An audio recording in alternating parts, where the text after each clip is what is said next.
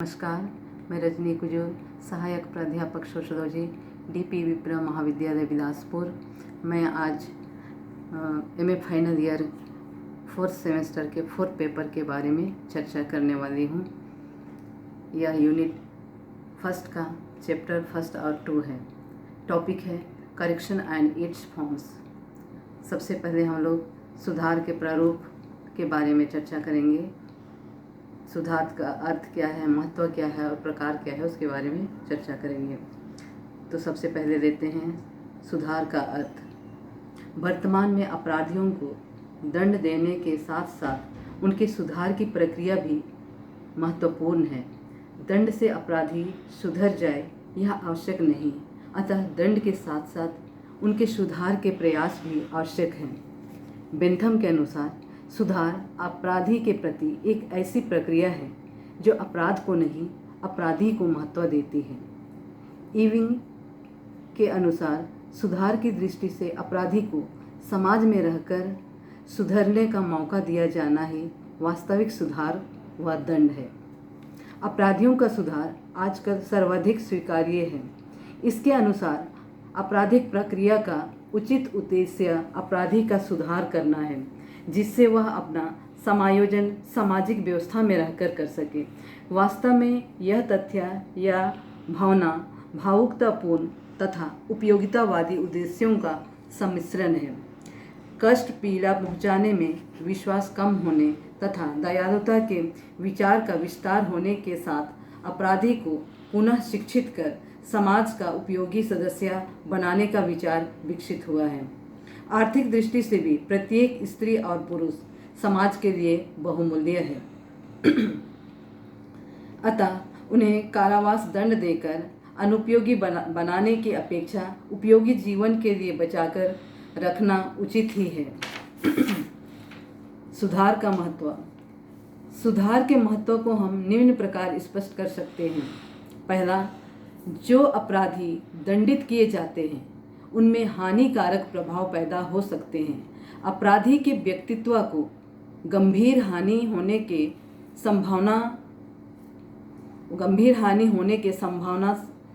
संभावना भी बनी रहती है। हृदय में कड़वाहट लिए हुए वह समाज को पुनः हानि पहुंचाने का अवसर खोजता रहता है। इससे बचने के लिए सुधार का ही मार्ग उचित है। दूसरा है, दंड अपराधी को न केवल अपनी दृष्टि में ही नहीं बल्कि समुदाय की दृष्टि में भी अपराधी बना सकता है। इस प्रकार से संकलित होकर कानून का पालन करने वाले समूहों से मनोवैज्ञानिक रूप से अलग हो सकता है और कारावास से छूटने के बाद पुनः अपराधियों से संपर्क बढ़ा सकता है। अतः यदि उसे सुधारा जाए तो यह स्थिति नहीं बनेगी। तीसरा है, सुधार व्यक्तियों में सतर्कता और असाधारण कुशलता विकसित कर सकता है ताकि वह स्वयं को पुनः पकड़े जाने, दंडित किए जाने एवं कारावास मिलने की संभावना से बचा सके। अतः यह आवश्यक है कि दंड के स्थान पर विकल्प हो, जिससे अपराधी अपना स्वाभिमान बनाए रखे तथा समूह मापदंडों के प्रति पुनर्निष्ठा पैदा कर सके। फलतः अपराध शास्त्रियों ने अपराधियों के सुधार और पुनर्स्थापना पर अधिक जोर दिया है। सुधार में उन परिस्थितियों का परिवर्तन सम्मिलित होना चाहिए जो अपराधी के व्यक्तित्व में समायोजन कम करके उसे अपराधी बनाती है तथा जो उसमें अच्छे नागरिक के गुणों को विकसित करने में बाधाएं उत्पन्न करती है। ऐसे कार्यक्रमों के लिए स्वतंत्रता में कटौती तथा विशेषाधिकारों को कम करने की आवश्यकता हो सकती है। दूसरे शब्दों में, सुधार की प्रक्रिया इतनी अप्रिय या अरुचिकर ना हो कि उसे अपराध करने के लिए बाध्य होना पड़े, बल्कि इसका तरीका ऐसा हो कि अपराधी के व्यक्तित्व में वांछित परिवर्तन पैदा किया जा सके। सुधार के समर्थक बेंथम, इविंग, हार्ट जैसे अपराध शास्त्रियों ने दंड के प्रतिशोधात्मक और प्रतिरोधात्मक, जो कि आप लोग नेक्स्ट ईयर पढ़ चुके हो, प्रतिशोधात्मक अर्थात बदले की भावना, आँख के बदले आँख, कान के बदले कान, और प्रतिरोधात्मक मतलब रोकना या रोड़ा अटकाना, अपराध के रास्ते में रोक लगाना। ये दोनों मतलब प्रतिशोधात्मक और प्रतिरोधात्मक दोनों सिद्धांतों को 19वीं और 20वीं शताब्दी में अस्वीकार कर दिया तथा दंड में से क्रोध को निकाल देने पर बल दिया। बेंथम के अनुसार दंड कोई क्रोध या बदले की कार्यवाही नहीं है, बल्कि यह तो एक प्रकार का आकलन, कैलकुलेशन है, जो सामाजिक भलाई के विचारों तथा अपराधी की आवश्यकताओं से जुड़ा रहता है। दंड का सुधारात्मक एवं उपयोगितावादी औचित्य यह था कि इससे अपराधी को अपनी वेदनाओं को स्वीकार करने तथा अपने दोष का सामना करने की प्रेरणा प्राप्त होगी। अतः सुधारात्मक सिद्धांत अपराधी को उनके हित में दंड देने का विश्वास प्रस्तुत करता था, जबकि उपयोगितावादी सिद्धांत दंड को सामाजिक आवश्यकता के निष्पक्ष कार्य के रूप में प्रस्तुत करता था। 19वीं सदी के प्रारंभ में ब्रिटेन, फ्रांस तथा अमेरिका आदि में कोड़े मारने की शक्ति कोड़े मारने वाले व्यक्ति के बल तथा अपराधी की भीड़ में घृणा पैदा करने की मात्रा पर निर्भर करती थी। बेंथम को यह बात अनुचित व विवेकहीन लगी कि दंड देने वाले व्यक्ति तथा दर्शकों के संवेगों के अनुपात भिन्न भिन्न हो। उनके विचार में उनकी कठोरता अपराध की गंभीरता पर निर्भर होनी चाहिए। उनकी कष्ट की धारणा में जो कुछ अवैयक्तिक था वह मनोवांछित था। इसलिए उनका मानना था कि दंड शासक के क्रूर हाथों से बिखरा हुआ नहीं होना चाहिए, बल्कि अपराध के अनुपात में इस प्रकार दिया जाना चाहिए जिस प्रकार बाजार में अलग अलग वस्तु की कीमत निश्चित की जाती है।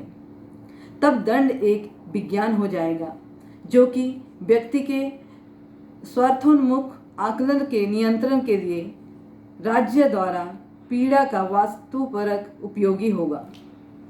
इस प्रकार यह कहा जा सकता है कि पहला, सुधार प्रक्रिया अपराध को नहीं अपराधी को महत्व देती है। दूसरा, यह सामाजिक व्यवस्थाओं व सामाजिक संरचनाओं की दोषपूर्ण कार्य प्रणाली, दोषपूर्ण पर्यावरण तथा लक्ष्यों की उपलब्धि में अवसरों की कमी को अपराध का कारण मानती है। सुधार के प्रकार, टाइप ऑफ करेक्शन।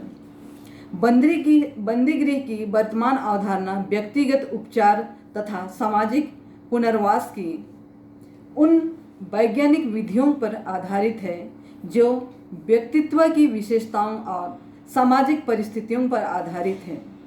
अपराधी को बीमार व्यक्ति माना गया है जिसे उपचार तथा सुधार की जरूरत है।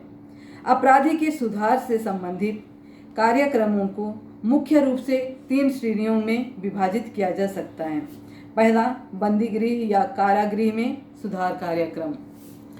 बंदीगृह वह जगह है जहां अपराधियों को रोका जाता है। अपराध के बाद यह वह पहला स्थान है जहां अपराधियों में सुधार लाने का प्रयास किया जाता है ताकि वह पुनः अपने इस कृत्य को ना दोहराए। जेलों में बंदियों का समायोजन। जब कोई अपराधी कारागार या बंदीगृह में प्रवेश करता है तो वह एक दुनिया पीछे छोड़ आता है और नई दुनिया में पहुंचता है जहां वह न केवल अपने समुदाय की सामाजिक स्थिति से वंचित कर दिया जाता है, बल्कि उसे अनेक अधिकारों और सुविधाओं से भी वंचित कर दिया जाता है। साइकस के अनुसार कारावासित अपराधी निम्न समस्याओं का सामना करता है। पहला, स्वतंत्रता की वंचना। दूसरा, सुविधाओं की वंचना। तीसरा, संवेगात्मक सुरक्षा की वंचना। चौथा, विलिंगकामी संबंधों से वंचना। रोनाल्ड क्लेमर ने कारागार को एक ही लिंग के व्यक्तियों का समुदाय कहा है। ऐसा समुदाय जहां विस्तृत समाज द्वारा कानून उल्लंघन के लिए सभी व्यक्तियों को कलंकित किया गया हो। यहाँ के लोगों को ना तो एकांत स्थान उपलब्ध होता है और ना ही ये लोग किसी सामान्य लक्ष्य के लिए मतक्य रखते हैं। यह एक ऐसे लोगों का संसार होता है जिनके दैनिक संबंध अवैयक्तिक होते हैं और जिनकी धारणाएं आक्रामक या अस्वाभाविक यौन प्रकृति वाली उपद्रवी होती है। इस संसार के लोग कटु प्रतिरोध वाले और सामाजिक दृष्टि से अशिक्षित होते हैं। इनके कार्यों में नीरसता और अरुचि होती है।